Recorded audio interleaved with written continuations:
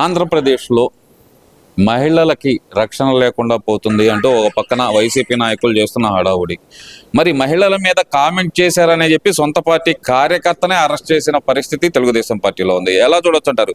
ఈ రెండు పరిస్థితులను ఎలా చూడాలంటారు? గత 5 సంవత్సరాల క్రితం 5 సంవత్సరాల పాలనలో జగన్మోహన్ రెడ్డి పాలనలో ఈరోజు మహిళలకు జరిగిన అన్యాయాలు కానీ అక్రమాలు కానివ్వండి, మహిళల మీద దాడులు కానివ్వండి కొన్ని వేలల్లో జరిగినాయి. మరి అప్పుడు ఎంతమంది మాట్లాడారు, ఎంతమంది బయటకు వచ్చి మహిళలకు దాడులు జరుగుతున్నాయని ఖండించారు? ఆ రోజు మహిళా మంత్రులు 2-3 ఉన్నా కానీ మహిళలకు ఎటువంటి న్యాయం జరగలేదు. జరగకపోగా ముఖ్యమంత్రి వచ్చి చూసిన దాఖలాలు లేవు, ఎవరిని పరామర్శించిన దాఖలాలు లేవు.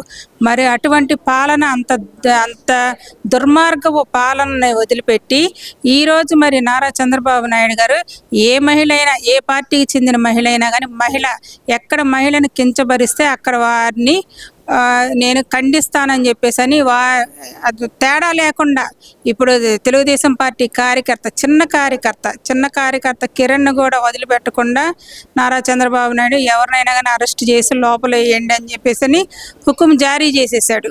మరి చంద్రబాబు నాయుడు ఏ మహిళనైనా కానీ తన కన్న తల్లిలాగానే, తన భార్యలాగానే, తన బిడ్డలాగానే చూసుకుంటున్నాడు. కాబట్టి ఈరోజు కూటమి ప్రభుత్వంలో మహిళలకి రక్షణ కల్పించిన ఏకైక వ్యక్తి నారా చంద్రబాబు నాయుడు గారు. ఈరోజు మహిళలు ఎక్కడున్నా కానీ ప్రశాంతంగా ఏ టైంలో కానీ ప్రశాంతంగా వెళ్తున్నారు, తిరగగలుగుతున్నారు. దానికి కారణం నారా చంద్రబాబు నాయుడు గారు అని మేము చెబుతున్నాము. ఎందుకంటే ఉదాహరణ కిరణ్దే, ఇప్పుడు ఈ చేబ్రోలు కిరణ్దే ఉదాహరణ. ఎందుకంటే మరి కిరణ్ గతంలో ఎంతమంది ఈ రకంగా ట్రోల్స్ చేశారు. మరి మేము కూడా ఈ సోషల్ మీడియా అనుకుంటా శ్రీరెడ్డి కానివ్వండి, రోజా కానివ్వండి, మరి నిన్నగాక మొన్న అరెస్ట్ అయిన మరి బట్టలిప్పు చూపించిన ఆయన కానివ్వండి, మరి ఇటువంటి దుర్మార్గులు మరి ఏ రకంగా మాట్లాడారో విచ్చలవిడిగా వారి నోళ్ళకు అద్దు ఆపు లేకుండా మరి విచ్చలవిడిగా మరి మహిళలను చూడకుండా వంకాయలు అనిత అని మరి వాడి భర్తలను వదిలేసి బిడ్డలను వదిలేసి వాళ్ళు నీచంగా ప్రవర్తిస్తున్నారని చెప్పేసి అని చంద్రబాబు నాయుడు కాళ్ళ కింద బతుకుతున్నారు, లోకేష్ కాళ్ళ కింద బతుకుతున్నారు అని చెప్పేసి అని ఎన్నో ట్రోల్స్ చేశారు. మా తెలుగు మహిళల్ని ఎన్నో విమర్శలు చేశారు. అయినా కానీ మరి వాళ్ళందరినీ ఎవరిని కూడా శిక్షించకుండా ఈరోజు మేము మా నారా చంద్రబాబు నాయుడుకి కూడా మా తెలుగు మహిళల తరపున మేము ఒకటే విజ్ఞప్తి చేస్తున్నాం. సార్, దయించి మీరు వాళ్ళందరినీ ఎందుకు వదిలిపెడుతున్నారు? వాళ్ళందరినీ కూడా మీరు అరెస్ట్ చేయండి. ఈరోజు హోంమంత్రి వంగలపూడి అనిత గారిని ఏ విధంగా ట్రోల్స్ చేశారో, ఏ విధంగా ఆత్మాభిమానాన్ని దెబ్బకొట్టారో మీరు చూసి ఉండారు. మరి వాళ్ళందరినీ కూడా వదిలిపెట్టకుండా వాళ్ళందరినీ కూడా శిక్షించాలని మేము ఈ అంబేద్కర్ జయంతి రోజుగా, అంబేద్కర్ సాక్షిగా మేము ఈరోజు మీకు తెలియపరుస్తుంది ఈ ఒక్కటే. దయతో వాళ్ళందరినీ కూడా మీరు శిక్షించి వదిలిపెట్టకుండా వాళ్ళకి కఠినమైన శిక్ష వేయాలని మేము మనస్ఫూర్తిగా కోరుకుంటున్నాం. ఇప్పుడు యాంకర్ శ్యామల వచ్చి మీకు ఐడియా ఉంటుంది, ఆమె వైఎస్ఆర్సీపీ అధికార ప్రతినిధి. ఆమె అయితే కనుక ఒకటే చెప్తుంది, తెలుగుదేశం పార్టీ నాయకులు తిడుతున్నారు, మహిళలకి రక్షణ లేకుండా చేస్తున్నారు అని చెప్పి. గతంలో ఎన్నడూ లేని విధంగా జగన్మోహన్ రెడ్డి హయాంలో మహిళలకు రక్షణ బ్రహ్మాండంగా ఉండేది, మహిళల మీద వైఎస్ఆర్సీపీ నాయకులు ఏ రోజు నోరు జారి మాట్లాడలేదు అంటూ ఆమె చెబుతున్న వ్యాఖ్యలు కరెక్ట్ అనుకోవచ్చు అంటారా? ఇప్పుడు వచ్చిందండి, ఇప్పుడు ఏదో జగన్మోహన్ రెడ్డి మెప్పు పొందాలని ఇప్పుడు ఏదో మాట్లాడుతుంది.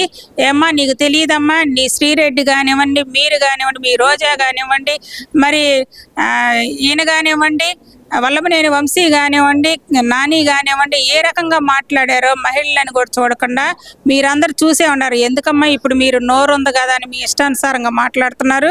మరి మీ నోరు అదుపులో పెట్టుకోమని మేము కోరుతున్నాము. మాది తెలుగుదేశం పార్టీ క్రమశిక్షణ కలిగిన పార్టీ. మా నారా చంద్రబాబు నాయుడు గారి మాటకు మేము కట్టుబడి మేము ఉంటున్నాం. కానీ మాకు నోరు లెక్క కాదు, మాకు మాటలు లెక్క కాదు, మీకన్నా ఎక్కువ బూతులే మాకు వచ్చు.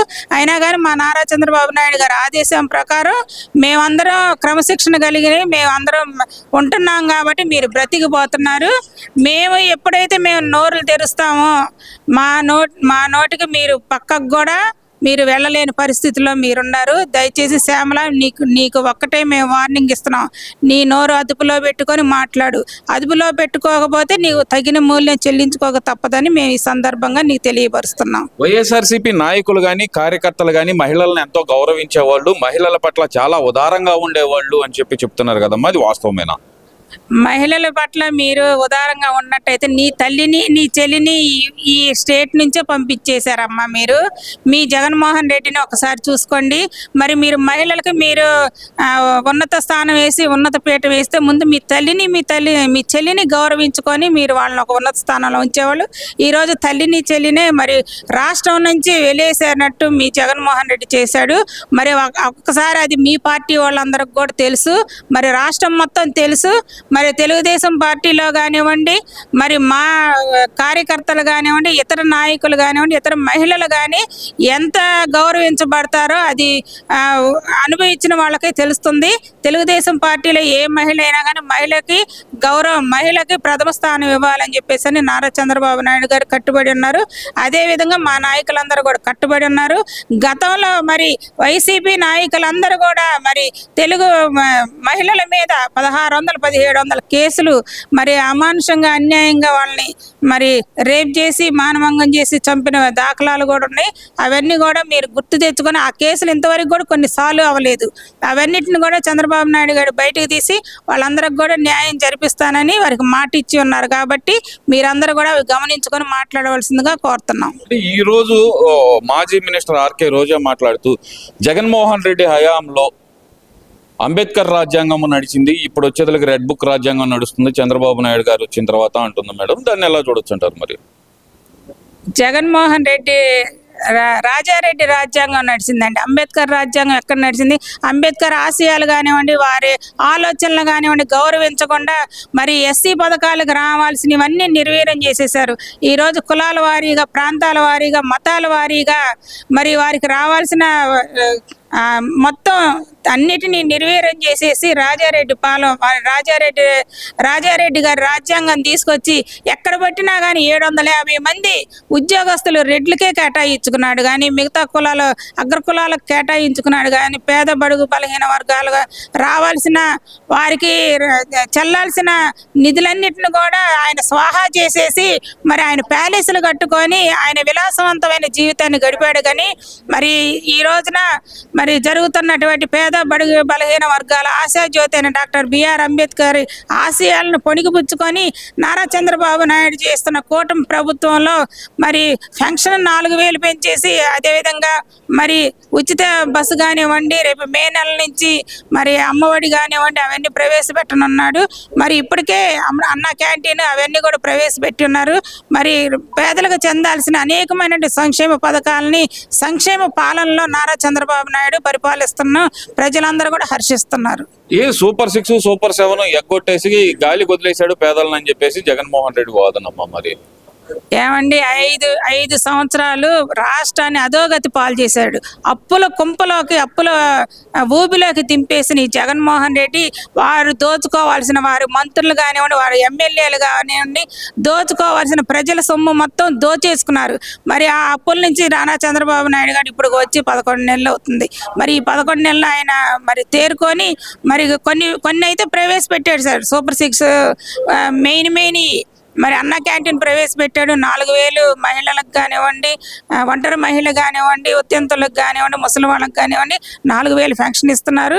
మరి వికలాంగులకు 6000 పెన్షన్ ఇస్తున్నారు. మరి ఆయన చేయాల్సినటువంటి సంక్షేమ పథకాలన్నింటినీ ఆయన ఒకటొకటి ఇంప్లిమెంట్ చేసుకుంటూ వస్తున్నారు కానివ్వండి.